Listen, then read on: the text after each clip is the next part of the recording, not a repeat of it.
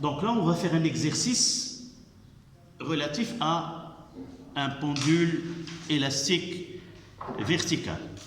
Nous avons traité dans le cours le pendule élastique horizontal. Et là, on va essayer de voir le pendule élastique vertical.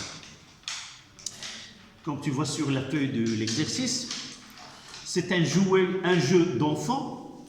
Le jouet cicantre, évidemment ce jouet cicantre, on peut le modéliser si on veut par ce dispositif-là. Le jouet cicantre, ou modélisé par ce dispositif, d'une figurine décorative accrochée à un ressort, fixée à un plafond d'une chambre d'enfant. Les élèves dans cet exercice font des expériences avec ce jouet, de réinvestir leurs connaissances sur le mouvement oscillant et de déterminer les caractéristiques du système étudié. Dans toute l'étude, on négligera les forces de frottement et la poussée d'Archimède. Donc là, c'est le plafond, un ressort et une figurine, c'est-à-dire Doumia, Timtal Srer. Un corps de masse. Oui. Pour nous, au laboratoire, c'est un corps solide de masse M. Mais pour un enfant dans sa chambre, il doit être une figurine, واحد دوميا واحد تمثال وغادي يتحرك pour lui donner باش يحاول انه يضحك شويه ويتلها. D'accord? Donc pour nous au laboratoire, un ressort et un corps de masse M. Donc premièrement, mesure de période. Oui. إذا كان الرسول كيتحرك هيدا وهيدا. دابا هكا وهكا نسير درناه. داكوغ؟ لا زعما. Non, position verticale. Non, haka non. Ça c'est autre chose, c'est la combinaison des deux. Si on essaie de faire ce travail-là, c'est-à-dire les deux, là c'est pas notre objet d'étude. Ça c'est la combinaison de deux, si tu veux, deux pendules. Un pendule pesant et un pendule élastique, mais c'est faisable comme étude. Mais pour nous, on doit étudier soit un pendule pesant, soit un pendule élastique vertical. Donc voilà Donc, comme titre, on va le mettre premièrement ici. Mesure de période.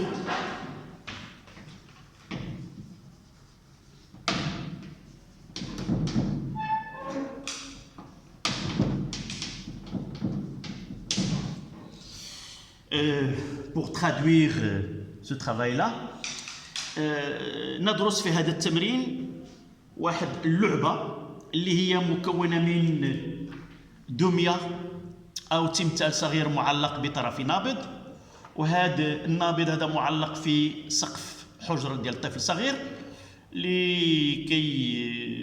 لكي لا المهم باش يحس براسو بأنه مونس ويبقى متفقين؟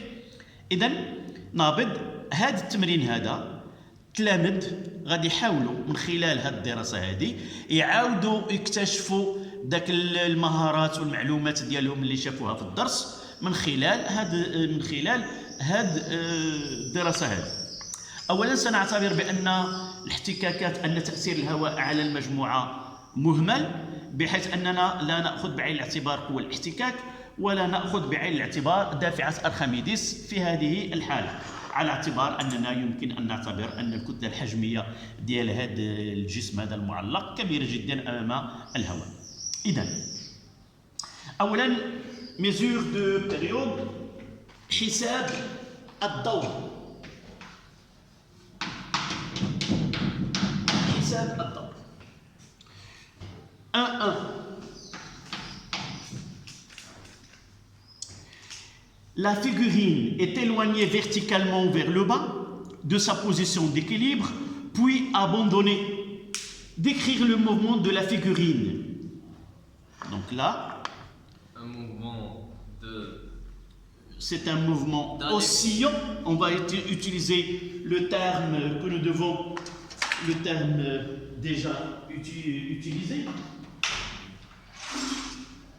D'accord? Je vais le mettre ici pour qu'il soit Bien. bien vu. Donc là, c'est la figurine. On éloigne de la position d'équilibre et on laisse et on constate que la figurine réalise un mouvement de va et de vient. Mais pour nous, ça c'est un exercice. Ça veut dire on va essayer d'utiliser les termes du cours. C'est-à-dire la figurine réalise un mouvement Aussi. oscillant. Donc, la figurine, c'est-à-dire Imma Timthal ou Dumia, réalise un mouvement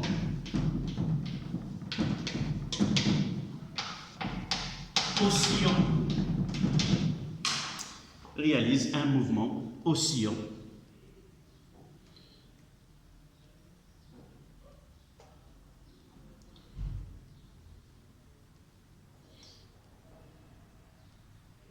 D'accord?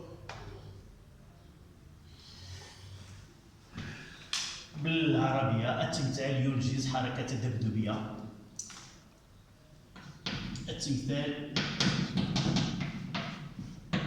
ينجز حركة تذبذبية. يمكننا un mouvement oscillant libre. حركة تذبذبية حرة رأسية.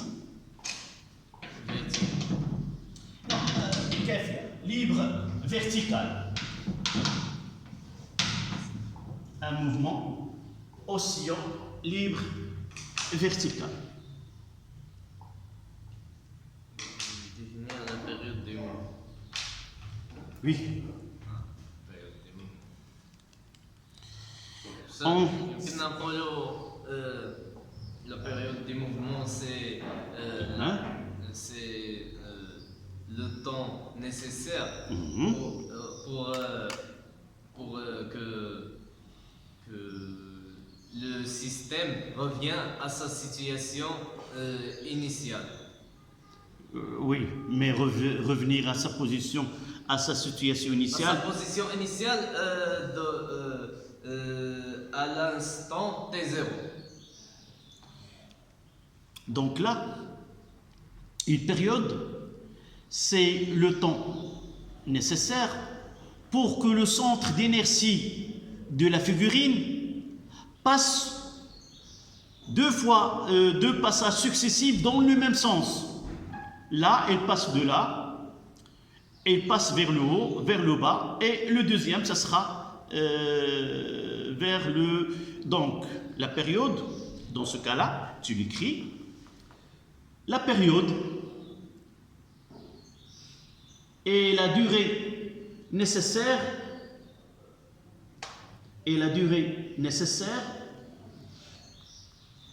pour que le centre d'inertie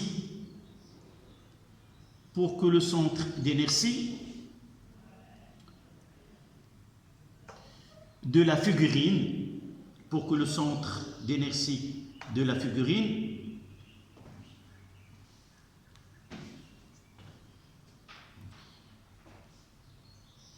réalise deux passages successifs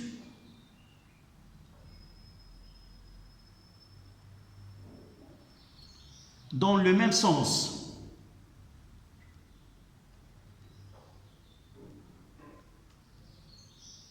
D'accord? Dans le même sens. إذا بالنسبة لنا التعريف ديال الدور هي المدة الزمنية اللازمة لمرور مركز قصور الدمية مرتين متتاليتين في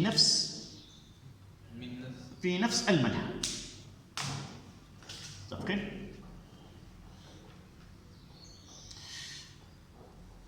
بتعبير آخر دور الحركة هي المدة الزمنية اللازمة التي تفصل بين مرورين متتاليين لمركز قصور الجسم المتذبذب من موضع توازنه المستقر في نفس المنحى.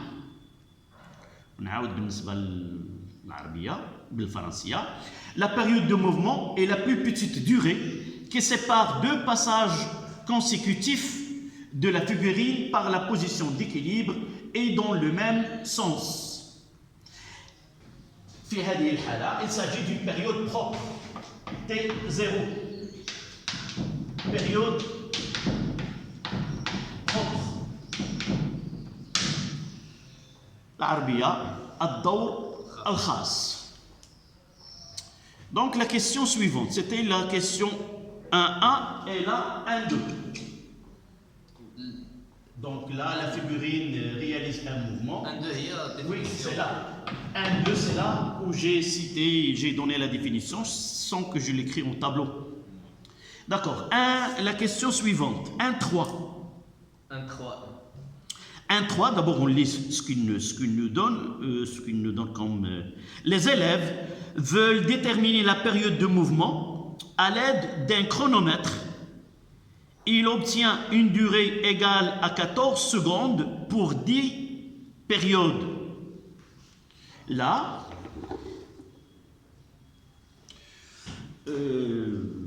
j'ai pas un chronomètre, oui, je l'ai au laboratoire, mais j'utilise là. Et je vais essayer de déplacer. Et les élèves, une fois que je déplace, je fais fonctionner là. Je laisse et je vais essayer de déterminer. Là, c'était très... Je reprends. Voilà, c'est le 0. Donc là. Et je vais essayer de déterminer des périodes. Si tu veux, si tu veux, là. Non, c'est pas obligatoirement de commencer dès que j'ai fait le départ. Donc, je le laisse et je vais essayer, là, lorsqu'il est en bas. 4 secondes pour 10 périodes.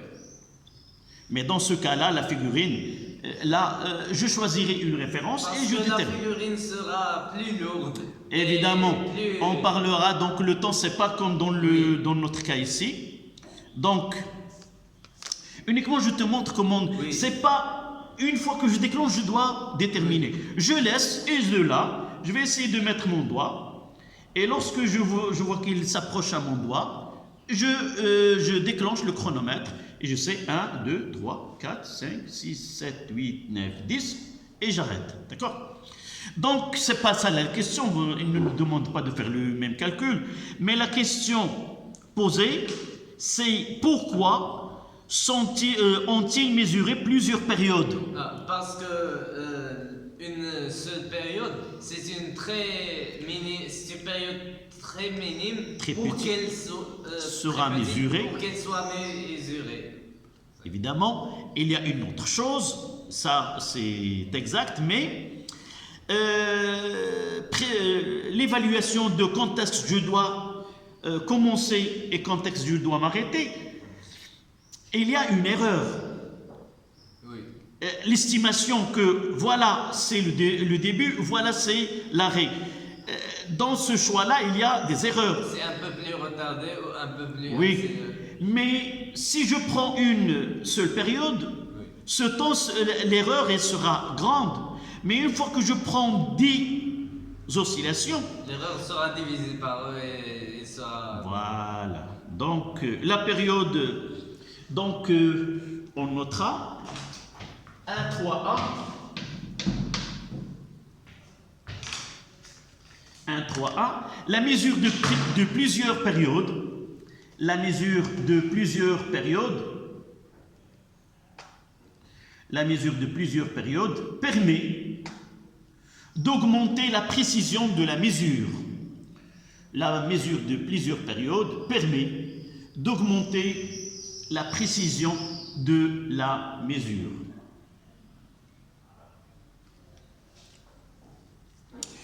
العربية قياس المدة الزمنية لعدد كبير من التذبذبات يمكن من الحصول على أكبر دقة لقياس الدور الخاص T0. Donc on passe à la question 132. Quelle est la valeur de cette période? Donc là, oui, c'est 14 sur 10. Exactement. 1,4 secondes. Exactement. Dit T est égal 10 secondes, donc T est égal. Dit T est égal 14 secondes, donc T est égal. Donc tout simplement c'est 132. Delta de T est égal à 10 fois T0. Donc T0 est égal à delta de T sur 10. C'est 14 divisé par 10, ça donne 1,4 secondes. Donc voilà. Ça, c'est la question 132. D'accord? Donc, on obtient une durée égale à ça. Donc, deuxième partie, deuxièmement, afin de déterminer la constante de raideur de ressort, il décroche la figurine et suspende à sa place différentes masses marquées de valeur M. Lorsque la masse marquée est à l'équilibre, elle mesure la longueur L de ressort. La longueur de ressort à vide, c'est-à-dire sans que la masse soit accrochée, c'est L0, est égale à 25,5 cm. On prendra G est égal à 9,8 Newton-kg moins 1. De 1, faire un bilan des forces qui s'exercent sur la masse marquée et la représenter sur un schéma. D'accord? Donc il suffit de... Il faut faire juste le schéma. Oui, le schéma est sur lequel on représente les forces. Donc le schéma, là c'est 2. De 1. Voici la journée L0.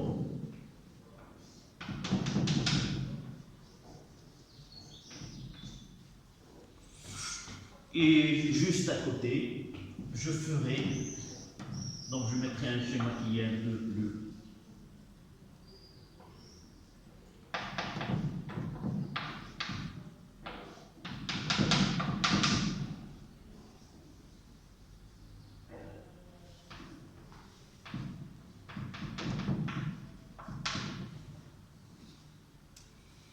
Là, c'est L.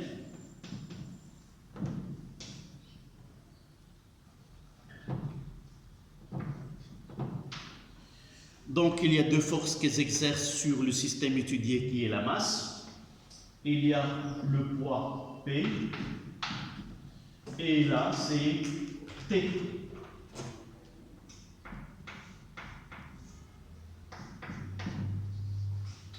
On suppose que le mouvement s'effectue vers le bas. Là, le mouvement. D'accord?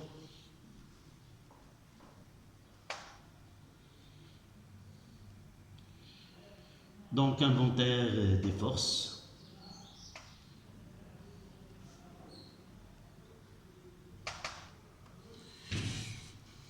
Donc, qu'est-ce qu'on a demandé? Faire le bilan des forces qui s'exercent sur la masse et la représenter sur le schéma.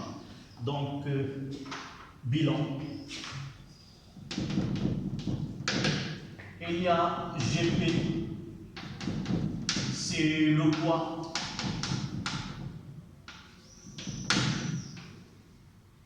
Le poids. Il y a T, c'est l'action du ressort sur la masse.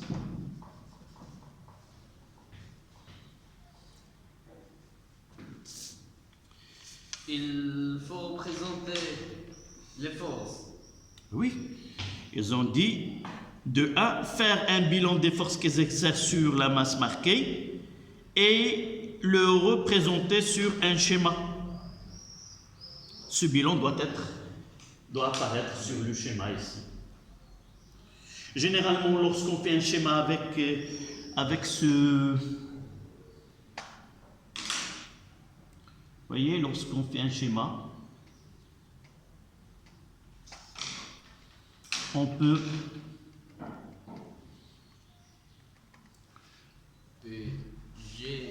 C'est quoi grand G?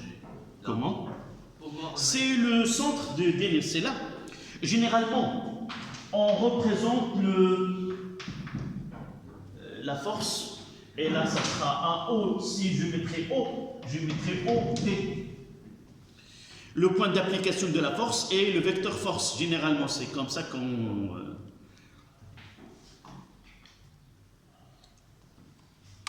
D'accord? Oui.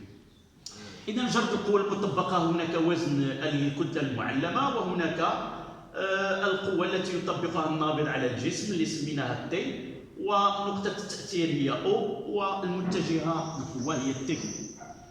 متفقين؟ هذا كان السؤال اللي قالوا لنا. Donc il y a le poids qui est égal à mg. Ici, je dois mettre P est égal à mg et là T à l'équilibre c'est K fois delta de L et qui est égal, ça sinon son intensité c'est K L moins L 0. L'expression de... Là lorsqu'on parle d'un équilibre... On établit. Comment? Établir. Non. Maintenant, juste dans le bilan, je ne vais pas passer à la question 2.2. La question 2.2, c'est quoi? En étudiant l'équilibre de la masse marquée, établir l'expression de K, constante de raideur du ressort, en fonction de M, de G, de L et de L0. Là, il vaut mieux, lorsque je fais le bilan des forces, je donnerai l'expression de ces forces s'ils sont connus. D'accord? Pour faciliter la tâche par la suite. عموما يجب ان اقوم باعطاء التعبير الحرفي للقوى المطبقه اذا كانت المعطيات ديال التمرين كتسمح بذلك التعبير. علاش؟ باش ملي غادي نجي للسؤال اللي كيجي من بعد اللي هو جوج. Donc de 2, c'est quoi? L'équilibre. Condition d'équilibre, c'est le premier somme des forces extérieures C'était 0. est égal au vecteur nu. C'était 0 aussi. Comment? On travaille par T0. T0 est égal à... Non, d'abord j'écris la relation générale. La relation générale. Puis je l'applique à l'exercice. J'aurai P plus T. Je noterai, comme tu viens de dire, T0 à l'équilibre. On ne est dit égal pas au vecteur nu. d'après la loi de Newton. Oui, d'après ça, on peut... Première loi. Non. Pourquoi on n'a pas utilisé la deuxième loi? Parce qu'on a en équilibre. Je peux l'appliquer et écrire une somme des forces extérieures est égale à M fois A, le vecteur accélération, et puisque le centre de gravité, le centre d'inertie de masse marquée est immobile, donc l'accélération A, G est égale à 0, par la suite je reviendrai au même à là. C'est pas la peine de faire ce tour-là pour... Donc on étudie dans le point où c'est le corps est immobile. Oui, ça c'est ce que tu as étudié depuis le tronc commun. Si c'est un système est soumis à plusieurs forces et il est en équilibre, nous disons que c'est le principe d'inertie. La somme des forces extérieures appliquées au système est égale au vecteur nul. C'est pas la peine d'aller aux deuxième loi de Newton et ajouter, puisqu'il est en équilibre, HG est égal à 0, on entre directement. Mais quand il est en mouvement de va et de vient, il est en équilibre. Mais là, il faut pas mélanger toutes les choses. Il faut se concentrer, on est en équilibre. On ne parle pas de va et de vient. Quand on a en équilibre. Comment? Là. C'est quoi ça? Avant de causer le mouvement. Non, là, tu lis ça, tu as devant toi la feuille. Afin de déterminer la décroche, la figurine suspend dans sa place différente. Afin de déterminer la constante de raideur de ressort, elle décroche la figurine. كنزولوا داك الدميه وغادي نعلقوا كتله معلمه بحال هكا ياك suspendant à sa place différentes masses كنديروا هذه par exemple 20 grammes puis on a un équilibre puis 30 grammes 60 grammes et ainsi de suite d'accord. Oui, j'ai compris. Donc lorsque la masse, écoute, lorsque la masse marquée est à l'équilibre, la longueur de ressort à vide, on mesure L. Je reprends là, j'enlève.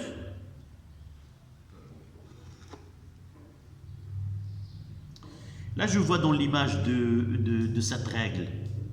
Et je vais essayer de déterminer la projection de cette là.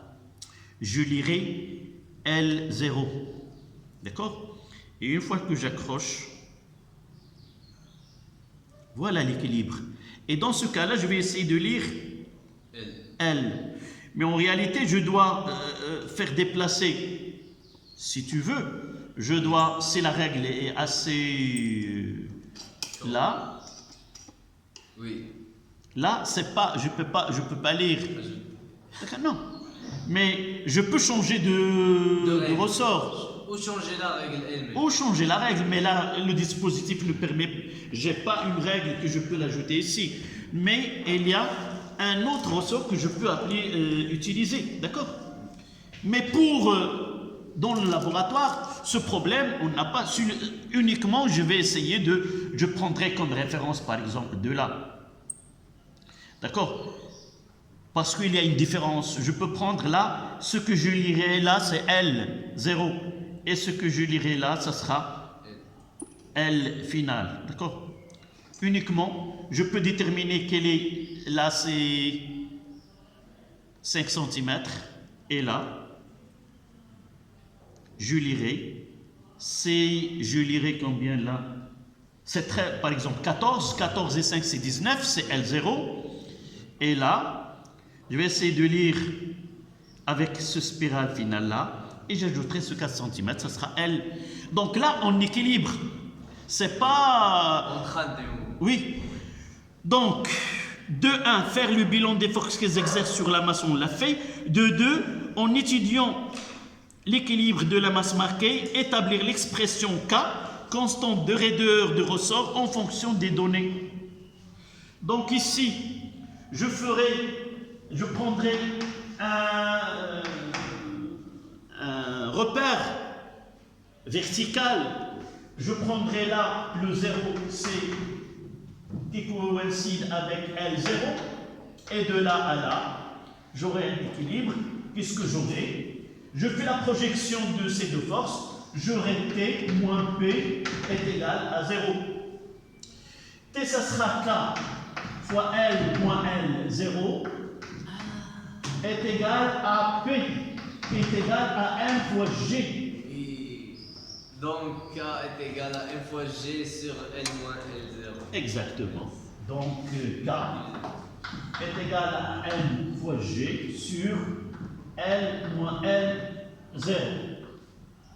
Voici la constante de raideur du ressort. Monsieur, Oui. si on écrit d'après la loi 2 au lieu de la deuxième loi. C'est un problème. Je t'ai répondu. Je viens de. Il faut aller toujours à la réponse la plus facile, la plus directe. C'est juste dans un exercice quelconque, écrire la deuxième, au lieu d'écrire la deuxième loi de Newton, écrire la loi 2 de Newton. Non, uniquement en écriture. Oui. C'est la même chose, mais généralement on utilise deuxième loi de Newton. La loi 2, on ne dit pas la loi 2, on dit la première loi, la deuxième loi et la troisième loi. C'est pas la loi 1, la loi 2, la loi 3, mais Ça, je ne sais pas pourquoi tu vas mettre la loi 1 et la loi 2. Parce Tu que mettras la... elle me prend moins de temps. Non, non. Ça, c'est presque rien. Comme retard de... Donc, 1, 3, 2, c'était 2, 2 en utilisant. 2, 3, à partir de la mesure ci-dessous, calculer la valeur numérique de K. C'est-à-dire, dans les valeurs là, ils nous ont donné la masse utilisée et la longueur L de ressort. Tandis que L0, il est le même. Donc, ça sera 2, 2. Application numérique. Donc, ça sera M, c'était 20 grammes, c'est 20 fois 10 moins 3,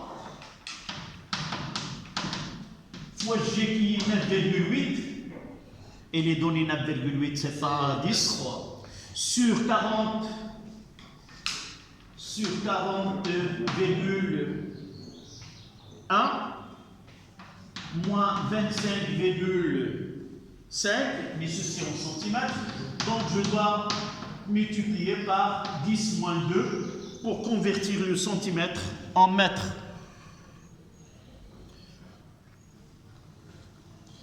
D'accord? Et l'application numérique nous donne K est égal à 1,34.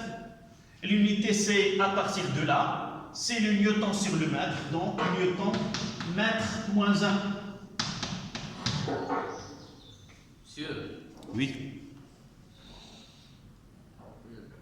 je me rappelle qu'on a étudié quelque chose qui s'appelle le couple de force. On le verra dans le pendule de torsion. Là. D'accord?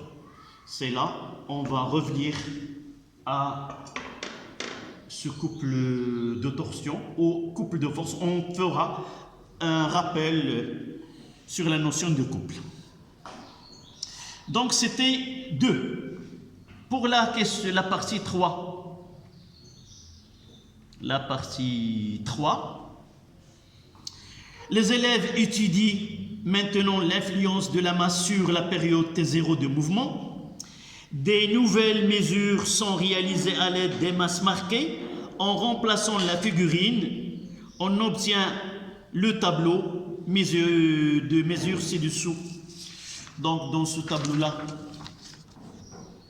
il nous donne la masse. Et l'influence sur la période. Non, et chaque masse est la période correspondante. Oui.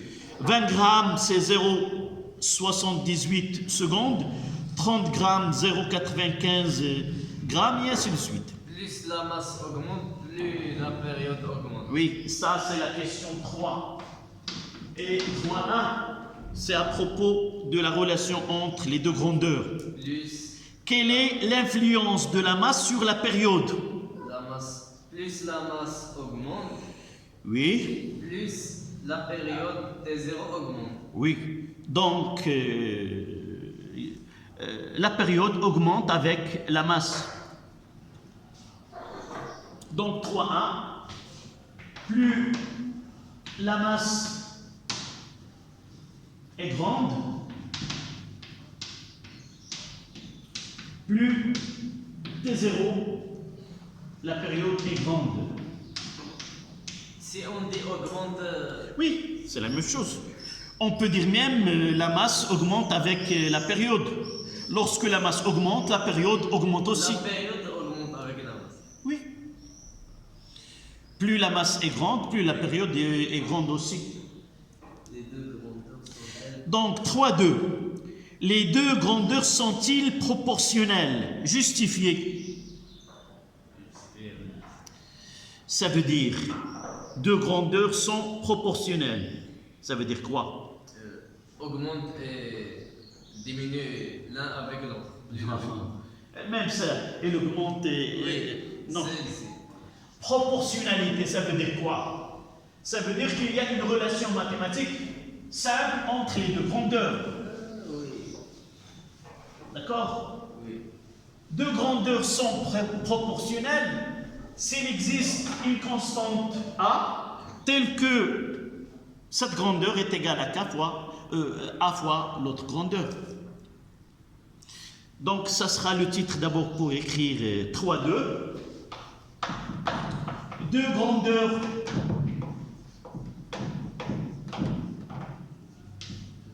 sont proportionnelles.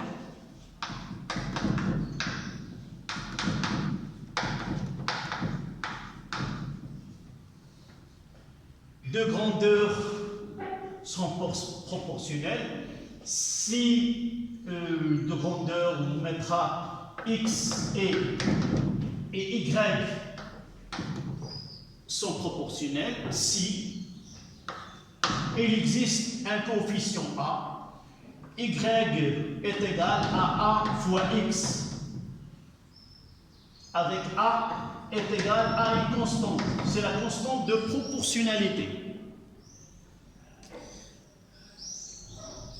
Ça veut dire quoi? Ça veut dire si je prends y1 sur x1 est égal à y2 sur x2 qui est égal à yn sur xn. Voilà cette proportionnalité, s'il existe vraiment une proportionnalité. Oui. نقول أن مقداران علاقة تناسبية، أن واحد مقدار في علاقة تناسبية مع مقدار آخر إذا كانت العلاقة التي تربط بينهما عبارة عن دالة خطية، بمعنى أن المقدار الأول يساوي ثالثة في المقدار الثاني، أو أن القيم اللي كياخذها y على القيم المقابلة اللي كتاخذها x دائما تبقى ثابتة. وغادي نشوفوا واش يمكن هذا كينطبق على الحالة اللي عندنا. دونك إلا خدينا غنعدلهم كاملين. نجيب غير ان كونتر اكزومبل. إلا جبرت بأن il n'y a pas une proportionnalité, je m'arrête. D'accord? Donc je prendrai 20 sur donc 20 grammes. C'est pas la peine de mettre l'unité 20 sur 0 secondes. Là c'est A. Elle est différente à 1, elle est différente de 40 grammes sur 1,1. Normalement, je dois avoir ici le double. Donc M1 est égal, M2 est égal à M1, mais T01 est différent de 2 fois T02 est différent de T01. Donc il n'y a pas de proportionnalité. Est égal à A2.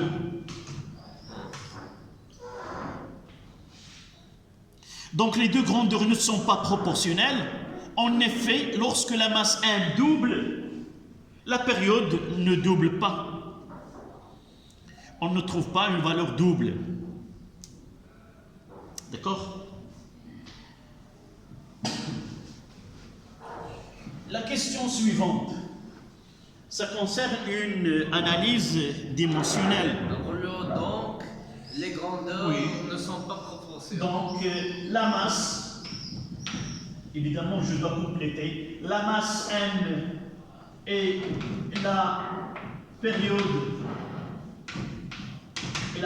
propre T0 ne sont pas proportionnelles.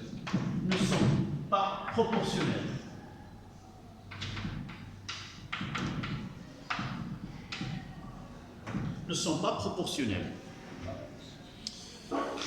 On passe à la question 3.3. En effectuant une analyse dimensionnelle, choisir l'expression correcte parmi les expressions ci-dessous. سؤال 3.3 باعتماد التحليل البعدي حدد التعبير الصحيح من بين الاقتراحات التالية. عطاونا 3 ديال الاقتراحات. La proposition A, ça donne T0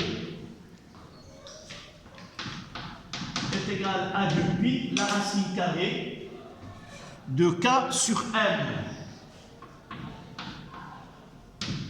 D'accord?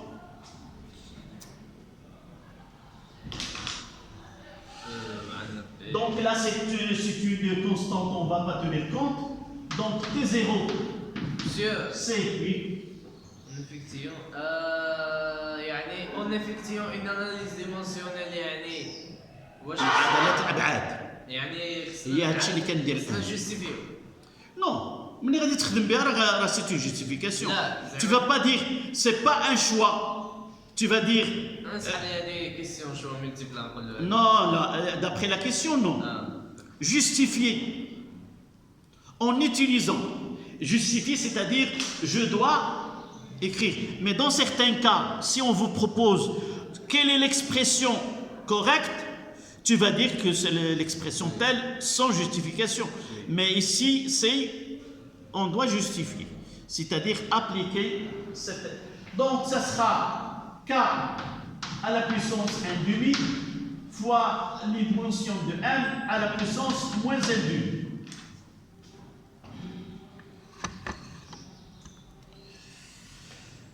De la relation G-K, son unité c'était quoi? C'est F. Newton fois mètre moins 1. Oui. K, c'est T sur delta de L. D'accord? Là, c'est le Newton sur le mètre. Donc, si je mettrais le K, le Newton, c'est quoi? C'est MA. D'après, c'est une force. عندنا M fois G عندنا M fois G كتساوي Et G, c'est quoi? عندنا G كتساوي متر السكوند موان 2 كتساوي mais tout simplement. عندنا نيوتن على كيلوغرام كتساوي متر السكوند موان 2. Donc le Newton, c'est quoi? C'est la masse, c'est une masse, fois une longueur, fois T moins 2. Oui. MA. MA. M, c'est une masse. Et A, c'est une longueur sur mètre On sur a moins 2. Newton Sur M, oui. c'est une masse. Voici. masse avec la masse simplification. Oui. N fois T moins 2. Donc j'écrirai que dimension de K, c'est une longueur fois T moins 2. يعني حتى هي عندنا ديك ديمونسيون ديال لاكسيليراسيون. Ah, qu'est-ce que j'ai fait sinon? Là, c'est une longueur. Là, c'est une longueur.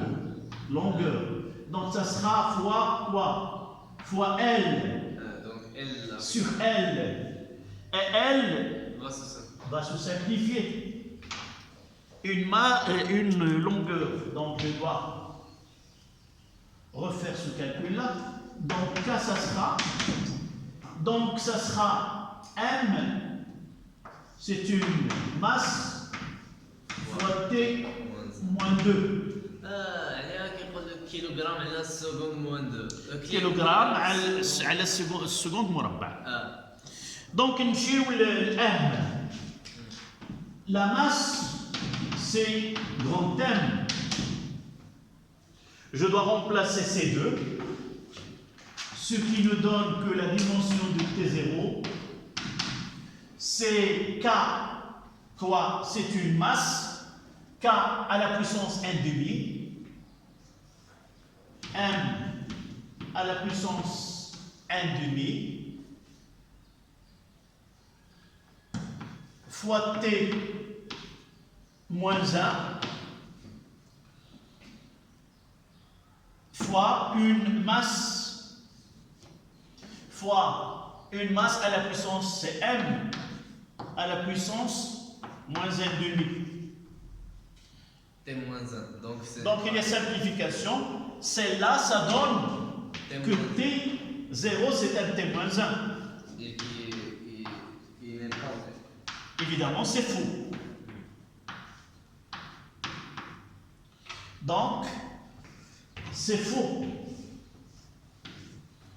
Donc, l'expression T0 n'est pas, c'est pas la bonne expression. Donc, T0 Au lieu de est différente de 2pi, la racine de k sur m. Au lieu de faire toutes les expressions, on peut prendre l'expression qu'on a appris et démontrer pourquoi. Oui, ça dépend. On effectue choisir l'expression correcte parmi les expressions suivantes. Parfois, oui, je suis d'accord. Mais si on vous donne une seule qui est correcte, si on vous demande une seule qui est correcte, une autre chose, on peut avoir deux expressions qui sont, de point de vue analyse dimensionnelle, correctes, mais physiquement ne sont pas correctes. D'accord? Mais dans ce cas-là, si la question montrait qu'il y a une seule, si tu te rappelles, dans la diffraction de la lumière, on peut donner des différentes expressions qui sont correctes de point de vue analyse dimensionnelle, mais physiquement, ils ne sont pas. C'est pas toutes les expressions qui sont correctes qui obéissent à l'analyse dimensionnelle sont physiquement correctes. Mais évidemment, je sais laquelle est la juste, mais pourquoi je le fais? Pour qu'on applique. Là, on applique et parfois, il peut te demander, montrer que l'expression A est fausse. Oui. D'accord? C'est pour cela, on doit passer par ces étapes-là. Donc, on passera à la troisième, puisque tu as proposé, on passe directement à la bonne formule. Et la dernière, c'est T0, là c'est C. T0 est égal à 2pi la racine carrée de M sur K. Oui. 5 minutes.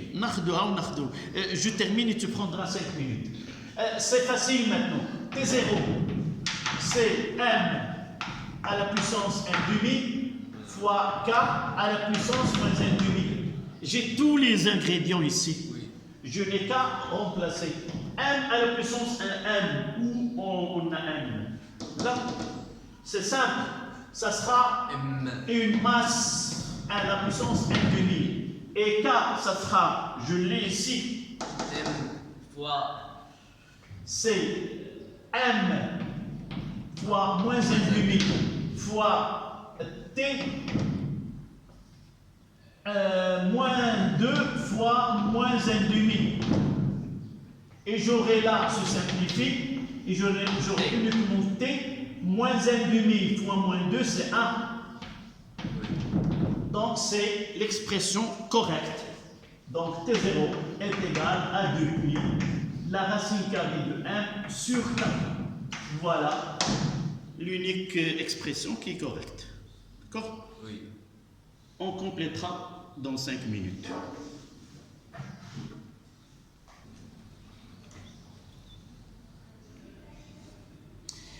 إذن نواصل, on continue. On s'est arrêté à la question 4. 3-4, en déduire la valeur de la masse de la figurine. Donc nous avons déterminé l'expression qui convient à cette étude. Donc là, T0 est égal à 2pi la racine carrée de M sur K. Et de là, T0 carré est égal à 4pi carré M sur K. Et de là, on tire que M est égal à T0 carré fois K sur 4pi carré. Application numérique, M est égal, T0 nous l'avons déjà défini au départ, 1 sur K, 1,4 au carré. 1,4 au carré fois K, nous l'avons déterminé, 1,34 sur 4pi au carré. Sur 4 on prendra 40, pi carré c'est 10. Ah oui. Et de là, M c'est combien? Je vais faire l'application numérique. Oui. 1,4 au carré fois 1,30 sur pi carré égale à 0,06 4, 8. 5 kg. Donc, M est égal fois 1000 Donc je peux écrire que fois c'est à peu 100 kg. fois 10 moins 3. Donc, Kilogramme. 66,52 64. grammes. 64. 66. Non. 66. Parce que j'ai travaillé par 4 pi carré, mais pas par Ah oui. 40. Oui. Là, on prendra pi carré, c'est 10. C'est ça ce qu'ils ont donné ici. Donc, c'est comme écriture, c'est 6,10 moins 2, c'est-à-dire tout simplement, on écrira que M est égal à peu près 64,8 grammes ou 65 grammes. 66. Oui. Parce qu'on est C'est dans pas un problème. entre 63 et 69. C'est pas un problème. Donc ça c'était la question 3-4. On déduire la masse de la figurine. تحديد كتلة انطلاقا من التعبير ديال الدور يمكننا نخرجوا الكتلة بدلالة الدور وثابتة وصلابة النابض. On passe à la question 4, à la partie 4. La figurine en mouvement vertical est ensuite filmée à l'aide d'une webcam. On déclenche l'enregistrement lorsque la figurine passe par sa position la plus haute, c'est-à-dire là. On va essayer le déclenchement lorsqu'il passe par la plus grande, c'est-à-dire là. Oui. Lorsque Z était... Là, on prendra l'axe vertical Z lorsque Z est égal à Z max. D'accord? Donc, à l'aide d'un logiciel de traitement vidéo, on obtient la courbe de la figure 1. La figure, tu lâches... Oui. Voici la figure 1. On obtient la figure 1 et le tableau figure 2. Donc, la coordonnée Z représente la position de centre d'inertie G de la figurine sur un axe vertical orienté vers le haut et ayant pour origine la position d'équilibre. D'abord, je dois faire ce schéma pour m'aider dans l'étude suivante. Donc, d'abord, voilà. Là, c'est L0. Là, c'est la position d'équilibre. Là, c'est L équilibre. Et à partir de là, je vais essayer je vais faire un schéma.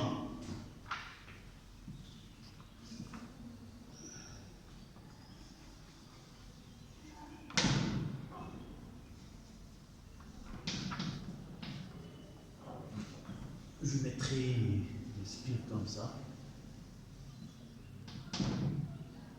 Là, à un instant T, le choix de l'axe, là, c'est l'équilibre, c'est haut. Un axe vers le haut, d'accord?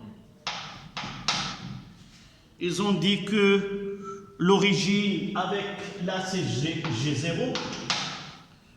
Ils ont dit orienté vers le... Monsieur, Oui. G0, c'est... Ah, oui. Mais le commencement des mesurements, c'est quand il atteint le point le plus haut. Oui. Donc le point le plus haut. Donc là, il va essayer de réaliser, donc là le plus haut, il va avoir ici Z. On aura ici Z max. Et on aura ici, je dois faire un petit schéma, là, c'est moins Z max. D'accord? Là, c'est haut. Là, un instant T. D'accord? On va commencer lorsque à t est égal à 0, là.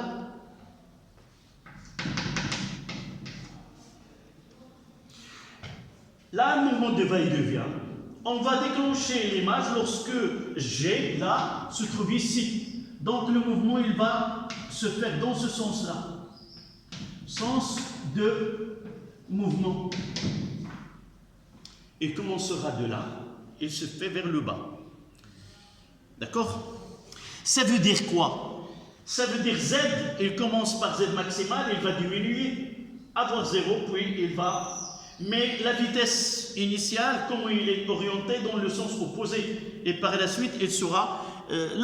essaie de voir le tableau qu'ils nous ont donné. Ils ont donné les instants T, et tu vois que X en mètres, il commence par 0,07 et il diminue. Oui. Donc là, c'est quoi ce Z max d'après?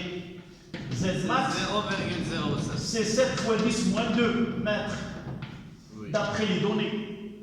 Donc là, c'est une petite analyse de ce que j'ai devant moi comme mouvement ici. Donc on passe à la question 4.1. En utilisant la figure 1 de l'annexe, déterminer la période de l'amplitude du mouvement. Là, essaie de lire. Tu vois qu'il y a des points. Oui. Et ils ont donné là, c'est tôt. C'est très facile d'ici Oui. à là-bas. Oui, soit qu'on lit, t'es là, nous avons deux, C'est quoi ce taux ici? c'est le temps entre deux, si tu veux, entre deux enregistrements, Ah. 2 points successifs. Oui, c'est mieux. Donc, soit j'ai ici, d'après le schéma, j'ai le point ici, j'ai un point là. Et c'est facile de lire. Combien on lit de là 1, 2, 3, 4, 5, 6. à là? Non, ne 7 lis fois pas. 40 millisecondes. Non. De là Oui. à là. Oui. Je fais j'ai ici le temps. Je peux le lire d'une façon directe. Ah oui, oui. Ça donne C'est combien? 1,4. 1,4. Ah, yeah. 1,4 secondes. Mais si tu essaies de calculer d'après les points, essaie maintenant de calculer combien de taux. 7 taux. Non, de là à là. Oui, c'est 7 taux. Non. Oui, parce qu'il y a 7 unités. Non, tu suis la courbe. Ah, mais taux c'est comme l'unité de mesurement. C'est Non. l'unité de mesurement. C'est le temps entre un point et le point suivant. Ah, c'est... Nous l'avons fait dans le cours pour le pendule élastique horizontal. Nous l'avons fait. Entre 2 points successifs, c'est taux. Et tu sais de compter. Tu trouveras 35. Il va prendre plus de temps. Non. S'il ne donne pas cet axe-là, qu'est-ce que tu vas faire? Tu es obligé. C'est pas question on va prendre plus de temps. Ça dépend des données. Et j'essaie par cet exercice de voir les deux. Brahim, si on t'a pas donné cet axe-là, je suis sûr que tu ne vas pas répondre à la question. Non. Parce que... Non, tu as 17 taux. Ah oui, oui, oui. Tu ne vas pas répondre avec taux. C'est parce qu'ils ont donné, comme j'ai dit, que chaque unité correspond. Non. Tu suivras là. Chaque point. Et T0, ça sera, je pense, 35 fois 40 fois 10 moins 3. Est-ce que ça donnera...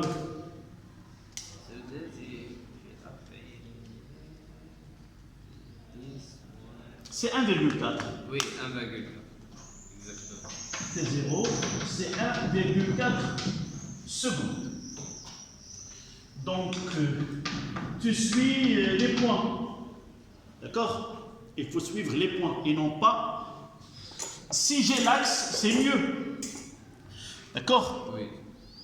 Voilà la question 4A. 4.2.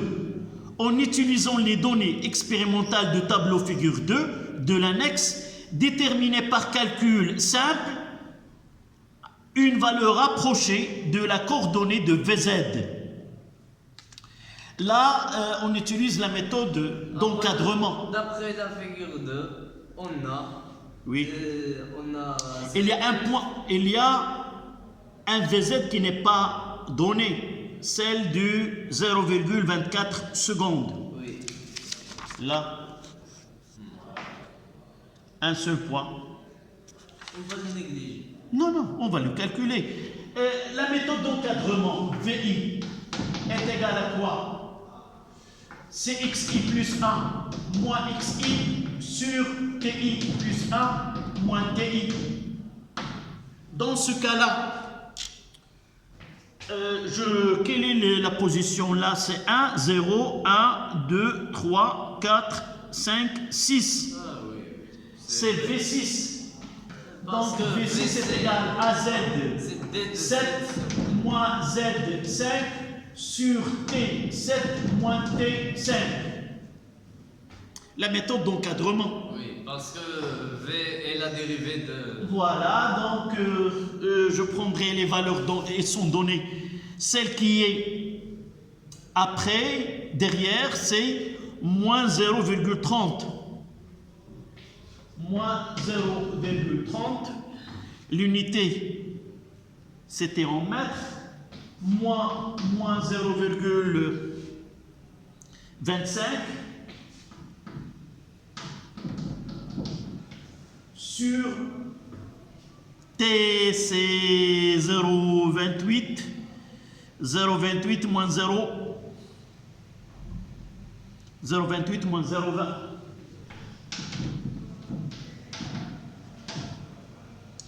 Et là, par calcul,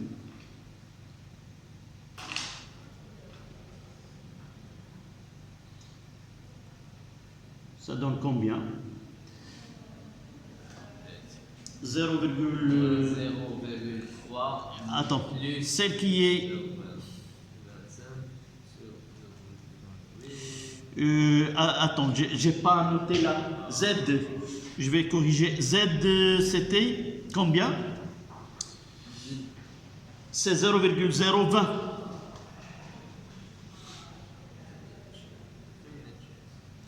Là. Pour 0,28. Pour 0,28 là. Tu vois, 0,28 ici. Oui. Quel est Z qui lui correspond?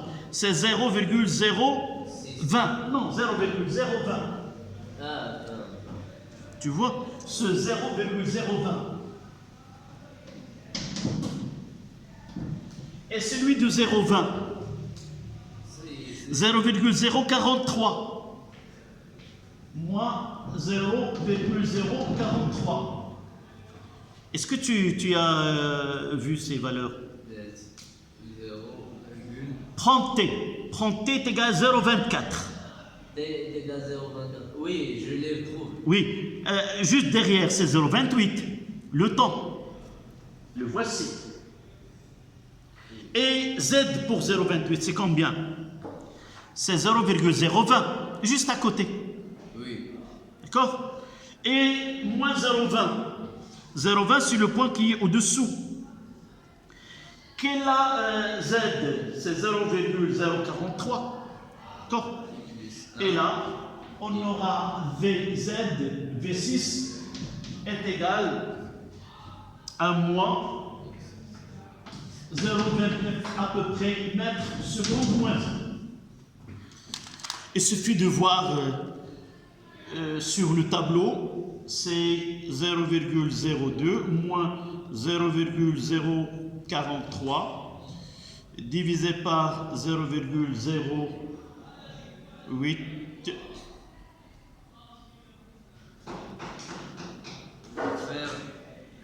C'est 0,28 moins 0,28, 7, c'est à peu près 0.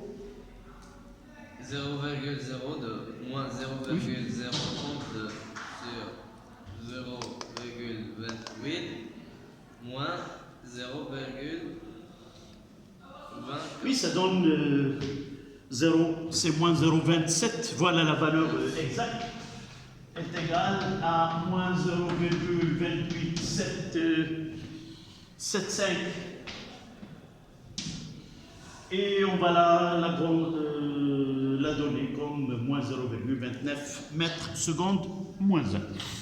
Là, c'est la question 4. On passe à la partie 5. La position de la figurine à chaque instant est donnée par la relation. La partie 5. Moins 0,3 secondes. Comme au moins 3. C'est par millisecondes, pas par seconde. Mètres par seconde, on calcule la vitesse. D'accord? On calcule la vitesse, mètres, seconde, moins 1. Donc, cinquièmement, il ne donne que x, ou z plutôt, z de t est égal à zm cosinus de oméga 0t plus phi. Ou de pi sur t, ils ont donné ici 2pi sur t0 fois t. D'accord? À partir de l'expression précédente, exprimer la fonction Vz de t et donner la coordonnée de la vitesse à chaque instant. On va essayer de faire des calculs. D'accord? À chaque instant. Oui. Quelques instants, tu vas dire à l'instant t est égal, par exemple, à 0, à quoi t égal, à t0 sur 4, à t0 sur 2, et ainsi de suite. À des instants donnés, où tu donnes l'expression en fonction de temps. D'accord?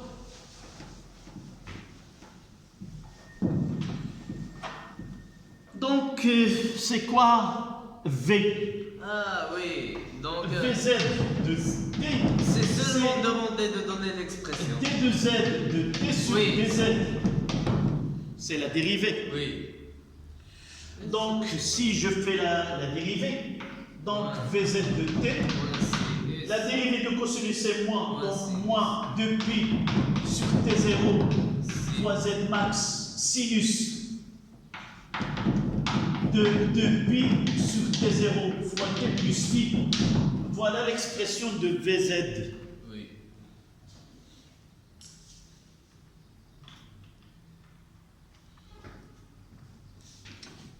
Je vais essayer de donner quelques valeurs. Donc AT et là Vz.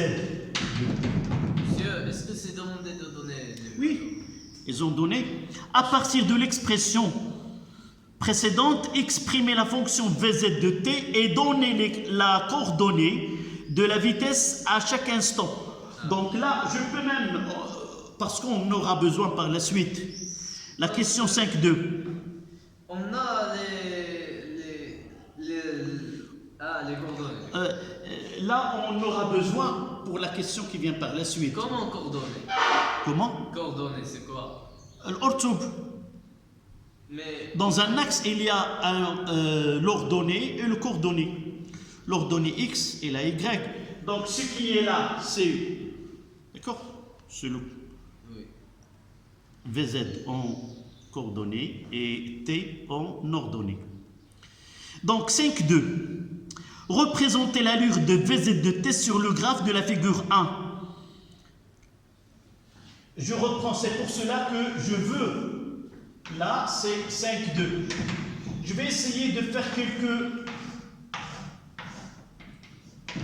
quelques valeurs lorsque t est égal à 0.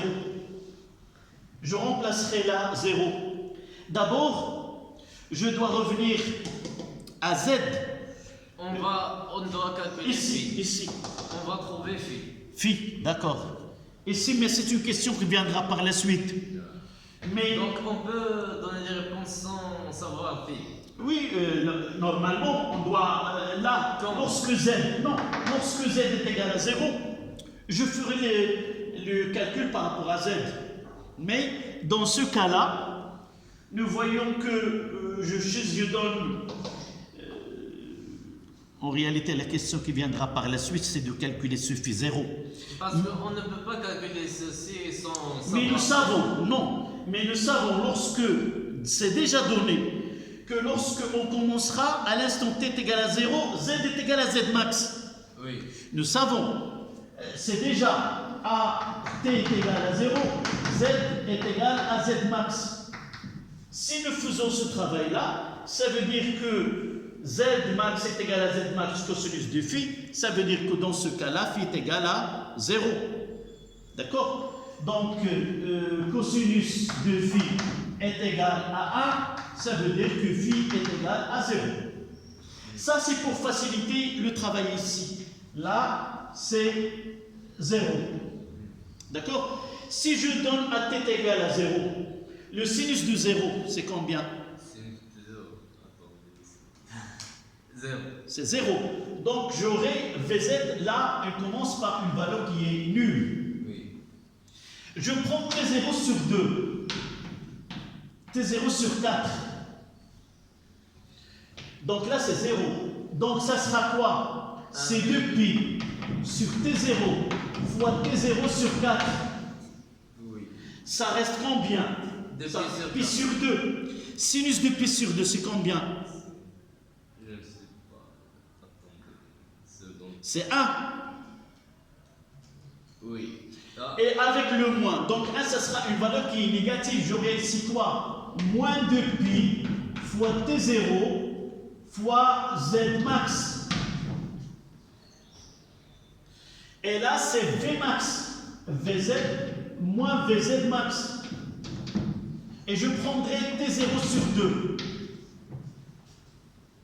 C'est quoi la dernière chose que vous avez? Non, c'est la valeur maximale. Valeur maximale de quoi? De V. Ah.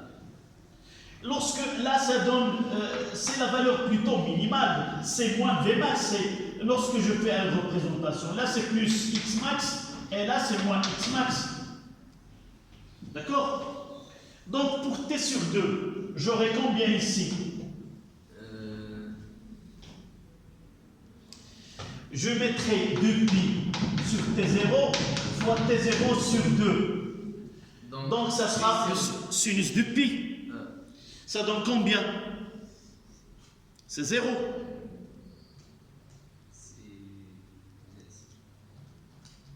Oui. C'est 0. Donc j'aurai ici 0. Je prendrai ainsi de suite 3 0 sur 3 0 sur 4.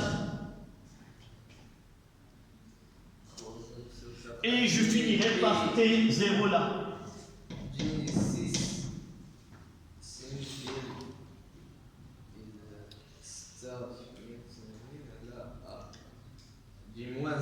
Moins 1 avec le moins, ça donne plus. Oui. Donc j'aurai ici plus 2pi sur T0 fois Z max. Et là, j'ai fait une période, j'aurai ici 0. Oui. Donc là, je vais essayer de faire la représentation de cette courbe. Je mettrai en jaune Z de T. Et c'est déjà donné. D'accord? C'est comme ça. C'est pour cela qu'ils ont des annexes à rendre avec la copie. Oui. Parce qu'on va dessiner. Donc, à rendre, oui, c'est de cette façon-là. Là, c'est Z de T. Et là, j'aurai Z max qui est 7 fois 10 moins 2 mètres. Et là, c'est moins 7 fois 10 moins 2 mètres. Je vais utiliser un autre axe ici. C'est pour Vz de T. Quelle est la plus grande valeur ici? La valeur maximale. Ça sera plus 2pi sur T0 fois Zm. Et j'aurai ici moins 2pi sur T0 fois Zm. Oui. De là à là, voilà, je vais essayer de faire, là c'est combien? De là à là c'est T. Je vais essayer de mettre, là c'est T. Oui. Là c'est T0, T0 sur 2. Et là, je vais essayer de, là c'est T0 sur 4 et là c'est T0 sur 3. 3T0 sur 4. Oui. Donc je commence. Cette fonction qui est en bleu, qui est V de Z, ça commence par 0. Je dois tracer les valeurs maximales là. Elle ne commence pas par 0. Non, je vais essayer de tracer. Ah, elle commence. Là, à l'instant t est égal à 0, elle commence par 0. Elle diminue. De là, Et puis, elle va, lorsque t est égal à t sur 4, elle est minimale là. Donc c'est comme ça. oui. Là, elle aura une valeur qui est maximale. Là, elle va s'annuler. là, elle va avoir une valeur qui est maximale, là, il va s'annuler, et ici, il va avoir une valeur qui est maximale, et ainsi de suite. Voilà, V de T. Là, c'est VZ. Il s'annule à la fin. Comment? Il s'annule. Non, il y a une alternance. Lorsque, le plus important ici, c'est quoi? Lorsque Z est maximal, O minimal, toujours V est nul. Oui. Nul, nul, nul, et ainsi de suite. Ça veut dire, il arrive à la partie extrême. Il ne doit pas continuer, elle va revenir. Oui. C'est pour cela, lorsque Z est maximal, la vitesse elle est nulle. En passant par la position d'équilibre, lorsque Z est nulle, la vitesse elle est maximale. Oui. Soit maximale de l'autre côté, soit de l'autre côté opposé. C'est ça l'interprétation de cette question-là. Donc c'était la question 5.2. On représente l'allure de VZ. Donc il faut faire ce travail. Oui, on doit représenter cette vitesse-là, cette fonction VZ. 5.3, en utilisant les conditions initiales, déterminer la valeur de phi0, nous l'avons déjà. Déterminer la valeur. En réalité, dans cet exercice, on doit commencer par 5.1, déterminer la valeur de phi0, et par la suite, on doit demander la représentation de VZ. Si tu vois l'énoncé de l'exercice, on demande la représentation de VZ et juste après, on demande de calculer phi0. Qu'on a déjà calculé. Oui, en réalité, on doit donner d'abord la détermination de phi et par la suite, c'est facile de représenter cette valeur-là. On passe à la partie 6. Le logiciel permet de calculer à chaque instant l'énergie cinétique et l'énergie potentielle totale de la figurine. On obtient alors les courbes dans la figure 3 de l'annexe à rendre avec la copie, évidemment, dans c'était un examen. 6a, laquelle des deux courbes proposées correspond à l'énergie cinétique? La courbe 1 ou la courbe 2? Oui. Il faut revenir aux conditions initiales. Il faut revenir. Oui. Oui. Qui commence par le 0, c'est la vitesse. Donc, qui commence par 0. Donc, courbe 1. Donc, la courbe 1, celle qui commence par la courbe 1, elle commence par quoi? Elle essaie de suivre. Comment? L'énergie cinétique, c'est 1 ou 2? C'est celle qui commence par 0. Oui. Et celle qui commence par 0, c'est pas 1, c'est la courbe 2. Ah, ce sera pour les jeunes. Il faut prendre un stylo et suivre jusqu'au début. Donc, c'était 6A. VZ0 est égal à 0, ce qui donne que EC est égal à 1 demi MV 0 au carré qui est égal à 0. Donc EC de T, de T et la courbe 2. 6.2. Comparer la période des énergies de la période des oscillations. Là, dans cet exercice, la réponse est... La période de l'oscillation est le double de la période de l'énergie. Oui. Là, il suffit de faire quoi? Un petit calcul. Oui. Tu prendras une échelle, tu détermineras T là, oui. et tu la compares à T0 que nous avons déjà calculé. T ici est 0,7 et T0 est 1,4. On va les diviser 1 Oui. sur 2. Donc, par calcul, donc la question la plus simple ici, c'est que par calcul, la T, c'était le 6,2. D'après la courbe, T est presque égal à 0,7 secondes. et T0 est égal à 1,4 secondes. Donc on en déduit que T0 est égal à 2 fois T. En quoi c'est derrière? On peut la démontrer théoriquement. Est-ce que tu as une idée comment on démontre que vraiment on l'a déjà fait? Non, on Non. a vu une chose similaire dans... En électricité. Oui, quand il y a deux courbes. Qu'est-ce que nous avons fait? Je vais te donner une indication et tu essaies de te rappeler. Ah, monsieur, attends. Là-bas. Non, je vais effacer tout. Ça, c'est le côté théorique. D'abord, Z de T. Voilà. Z de T, c'est Zm cosinus. On prendra 2 pi sur T0 fois T. Oui. Et EC, c'est quoi? EC. Sur 2M. C'est 1 demi M quoi? Z point. Z point au carré. Oui. On fait la dérivée de Z. Z point de T. C'est moins 2 pi sur T0 fois Zm sinus de 2 pi sur T0 fois T. Oui. Je mettrai EC. EC de T. Ça sera 1 demi fois M fois 4 pi carré sur T0 carré fois Z carré sinus carré de 2 pi sur T0 fois T. T0 c'est carré.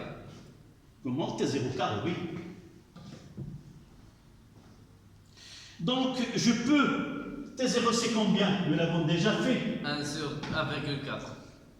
Ça donne quoi ça? 1,4. Non, on l'a d'une façon générale. 1 demi M fois 4 pi carré sur T0 c'est 2 pi la racine de M sur K. Donc c'est 4 pi carré M sur K. M sur K. Et ça donne quoi? Oui. Fois Zm carré sinus carré de 2 pi sur T0 fois T. Et il y a une simplification et ça donne EC de T est égal à quoi? 1 sur 2. 1 sur 2 K sur K et Z. Ah, K sur M. Non, Z. Non, ça se simplifie. Ça avec ça. Ouais, et K ça entre. M. 1 demi KZM carré sinus carré de 2 pi sur T0 fois T.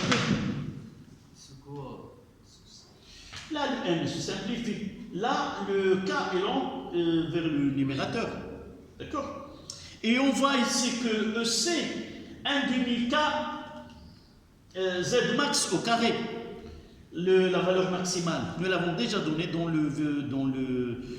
le cas de pendule élastique horizontale. Soit qu'on le met l'énergie cinétique maximale, on peut l'exprimer, comme on peut l'exprimer par d'autres expressions. Ce qui nous intéresse, c'est quoi? C'est, je vais linéariser ce sinus carré. D'accord? تخطيط عندنا cosinus. Je vais essayer de remplacer cos de A plus B. C'est quoi? C'est cos de A, cos de B. Cos de A, cos de B. Plus ça sera moins sin de A, sin de B. Et là j'ai les deux A c'est A. C'est cosinus de 2A est égal à cos carré de A moins sin carré de A. D'accord? Je vais essayer de faire apparaître le sinus carré. Cosinus de 2A est égal à 1 moins sinus carré de A moins sinus carré de A. Et de là, le sinus carré de A, c'est à quoi égal? 2 sinus carré de A est égal à 1 moins cosinus de 2A. Et de là, je tire le sinus carré de A est égal à 1 moins cos de 2A sur 2. Monsieur, est-ce que vous pouvez prendre une photo de cette relation. Je vais Juste la relation, comme photo. D'accord. Parce que quand on fait un exercice, il faut... Je donnerai donc la relation, je vais la mettre là. Donc, le sinus carré, tu veux prendre, soit que tu vas revenir à la leçon, si tu veux prendre la photo, tu la prendras par la suite, d'accord? Donc, uniquement, je complète la démonstration et tu peux soit l'écrire, soit... Donc, je reviens à ce EC là. Donc, EC à l'instant T est égal 1 demi K Z max au carré. Là, je fais sortir le 2, ça donne 1 sur 4. 1 moins cosinus de 2A. 2A, c'est quoi ce A là?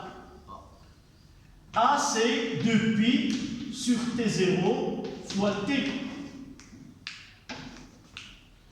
Ce qui va nous intéresser ici, c'est que celle-là, cette partie-là, entre là, on peut l'écrire c'est 2pi sur T fois T. C'est une autre fonction. Oméga. Oui, c'est oméga et non pas oméga 0.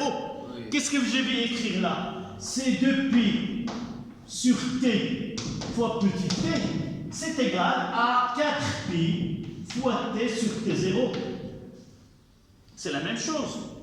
Et de là, je tire que je simplifie par T, je simplifie par pi, et j'aurai 2 sur T est égal à 4 sur T0.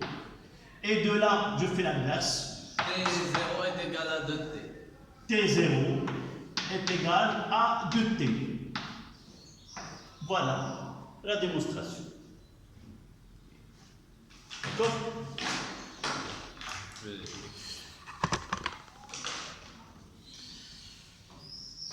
Là, donc la période de la fonction énergie, qu'elle soit l'énergie cinétique ou autre, donc elle a une période, donc T. La période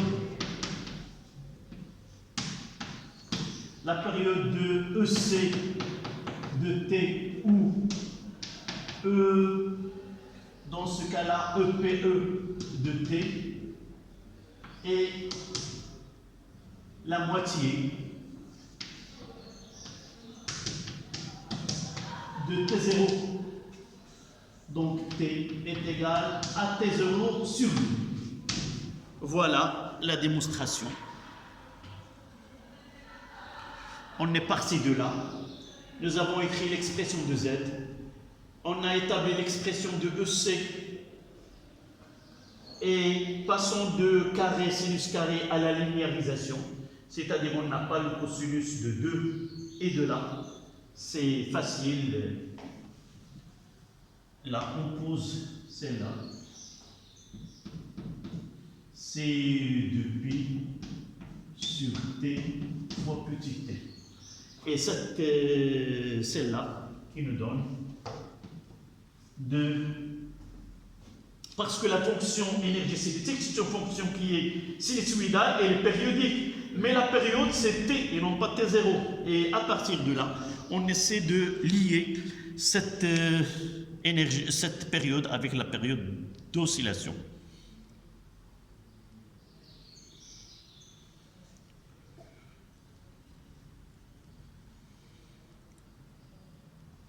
La dernière question, c'est la voici. En quoi ces dernières courbes montrent-elles que la force de frottement peut être négligée? C'est-à-dire, cette représentation que nous avons faite, ça veut dire comment peut-on, à partir de cette courbe-là, celle-là, à partir de là, comment peut-on dire que vraiment les frottements sont Parce que la valeur négligé. maximale de l'énergie... C'est l'énergie totale. Oui. L'énergie mécanique totale, elle est constante, c'est celle-là. Oui. Donc, il y a conservation de l'énergie. Oui. Donc, dire que les frottements peuvent être négligés parce que l'énergie totale est constante. Si il y a frottement, c'est que l'énergie totale, elle va diminuer et nous aurons une courbe là Et avec cette réponse, on va terminer cette séance-là. Donc, si avec frottement faible, on aura ces deux.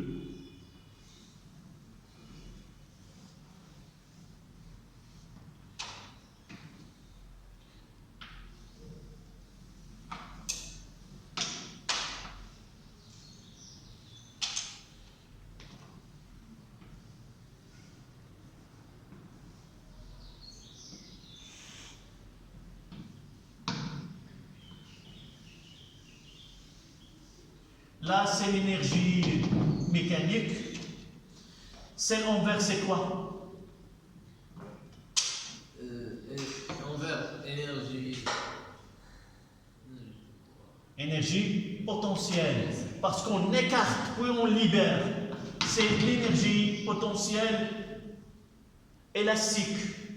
Et en joint, parce qu'il commence par 0, c'est l'énergie cinétique.